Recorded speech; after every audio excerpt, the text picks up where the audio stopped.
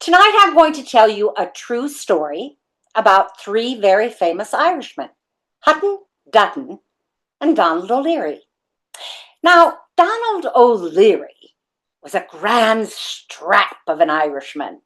He had red hair and blue eyes. He was tall, and he could win any spinning contest in the county. He had a bullock, and instead of a horse, he used the bullock to help people plow his fields and move things from here to there. He had a little competition, though, Hutton and Dutton. Now, Hutton and Dutton were very slovenly, and they didn't treat their bullocks very well. And since Donald O'Leary was so handsome, he got all the work. Why, women would say to Hutton and Dutton when they'd ask for work, "I think I'll wait for Donald O'Leary now. He treats his bullock better, and oh my, those eyes on him." Hutton and Dutton were getting very upset, for they weren't making any money, and their waists were getting thinner and thinner and thinner. One day they got together and they decided to get Donald O'Leary out of business. And that meant murdering his bullock. Well, indeed, they did it in the middle of the night. And in the morning, the neighbors knocked on Donald's door and said, "Oh, glory be to all the saints above. Your bullock is dead." Well, Donald O'Leary was very upset about this, and he knew who had done it. But he didn't want to be accusatory. So, indeed, he went with all the men and took the knives and skinned the bullock. They buried the animal, but then they saved the skin so that he could sell it at the furriers in the village. Well, when they rolled it up, Donald said, "Oh, you're doing it the wrong way now. Roll it with the meat side out." "All right," they said, "but you're going to be plagued by insects and other animals trying to eat it." "I'll see what I can do about that," said Donald. And with that, he put the meat side out on his back and began walking down the road to the furriers. On the way down, a magpie flew down from a tree, squawking and screaming, and landed on that bullock skin and began to eat all the meat that was left on the outside of the skin. Donald reached back quickly, grabbed that bullock, and stowed him under his vest. He walked into a furrier and was given 10 pounds for the fur. Well, he didn't think that was very much, but he thought, maybe I can stretch it a bit. On the way home, he walked into a pub, and there he saw a darling young girl. She was the pub keeper that day. He sat down and he said, "I'd be liking your best whiskey, a full share of it." Well, now this young lady had been told by the owner of the pub that when strangers came in, if they asked for the best whiskey, she was to give them watered down half-best whiskey, thinking that they wouldn't ever know the difference. But when Donald O'Leary saw her grabbing up high for that half-best whiskey, he grabbed that magpie out of his vest, squeezed it, and it went squawking and screaming. The young girl spun around and she said, "Now what was that? What's going on here?" Well, Donald O'Leary, he told her that the magpie had a special intuition, and it was telling him that he was being served half good whiskey instead of first good whiskey. Well, the girl was so embarrassed that she made sure that he got 2 shares of first good whiskey. And then she began talking to him about the bird and asking him, "Now, that's an intelligent bird you have there. How much do you think you would take for it?" Well, they went back and forth, and finally Donald O'Leary accepted 40 pounds.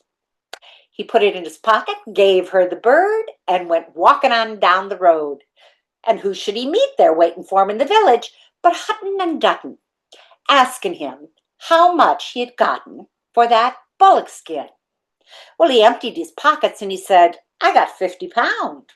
Yes, indeed, it was a nice sale.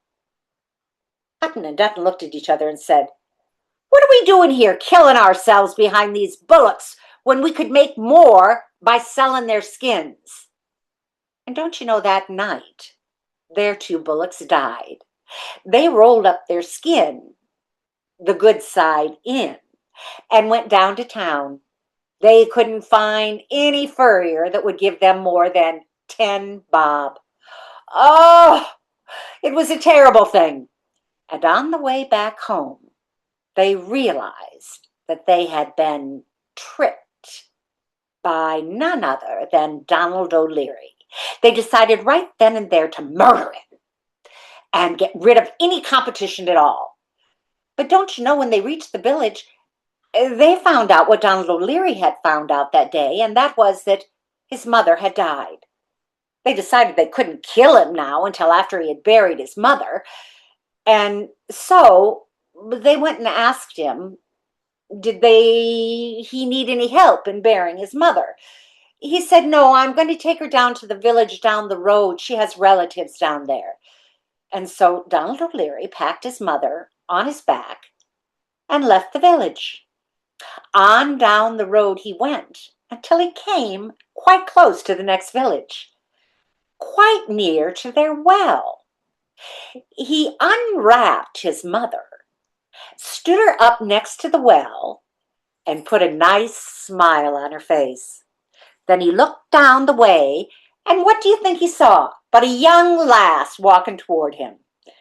Being very handsome, he put a spring in his step and walked toward her and engaged in conversation. Oh my, she was so enamored with him. And when he said, if you're going back to the village, do you think you could stop there by my mother? She's standing by the well, and she's rather slow these days, and I'd like her to catch up with me. Could you please tell her to put some wind under her heels and get to me? Oh, yes, said the girl. And then Donald said, now, my mother's hard of hearing, so you might have to nudge her and shout at her to get the message to her. The girl said indeed she would do whatever was required. And when she got to Donald O'Leary's mother leaning against that well, she shouted, your son wants you, over and over again. And when she didn't respond, the young girl tapped her on the shoulder, and don't you know, she flipped over in the air in a somersault and landed with a splash in the well. Donald O'Leary came running back, and he said, what have you done? You've murdered my mother. And he began crying and sobbing and carrying on so much that the entire village came out. They all felt so bad that they said they'd bury his mother for free. And then when he continued to carry on, they all dug in their pockets and said, we're making contributions to you now that you've lost your mother. And so it was that he ended up with another £50. Walking back to his own village, who should he run into but Hutton and Dutton? They asked him how it was going burying his mother, and he said, well, you know, boys, I didn't have to bury her at all, because down in the next village, they're wanting bones for gunpowder. And with that, he reached into his pocket, showed them the £50, and he said, I got £50 for my mother's bones. Well, Hutton and Dutton began rubbing their hands together with glee. And don't you know, that night, 2 graves were unearthed in the graveyard. And the next morning, Hutton and Dutton were seen walking down to that next village with bodies on their backs. Well, they went knocking on all sorts of doors, saying that they had bones for gunpowder. And they had one after the other slammed in their face. So they began patrolling up and down the streets, yelling, bones for sale, bones for sale. Well, don't you know, the Garda heard wind of them and came out and arrested them. dragged them to court and made them pay a fine and pay for the reburying of the two bodies they had. Going back home, it was decided that they would kill Donald O'Leary once and for all. And so that night, they crept into his house like mice wearing felt slippers. They put a hand over his mouth and grabbed him by the ankles and dragged him out of that cottage. They wrapped him in a big bag and dragged him behind them. They were going to take him to the river and throw him in. But just as they rounded the bend toward the river, two dogs came running after a hare. And they dropped Donald O'Leary right there by the river because they loved rabbit stew, they did. And so they started chasing after the dogs and the rabbit. Now, Donald O'Leary was left there, not knowing what to do and how to get out of this predicament, since he was all tied up in the bag, until he heard the sound of cattle. And behind that, he knew there would be a cattle driver. And so he began singing about heaven and going to heaven. The cattle driver heard him and stopped and said, "Who's in that bag there now?"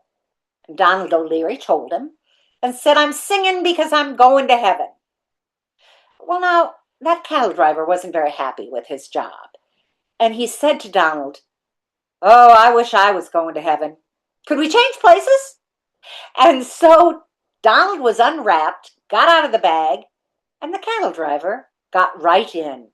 He began singing about going to heaven, and his singing made him roll over and go right into the river and down with the current.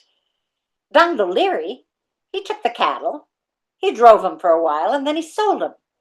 And that night he went back to his village, calling out for the cattle as if he had lost them.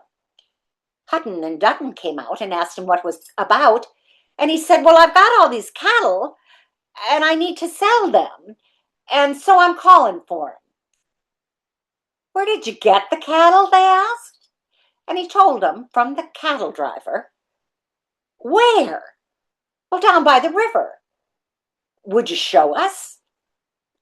Donald said of course he would. He took him down to the river and he said, "The cattle driver brought them up out of the current of the water and gave them to me."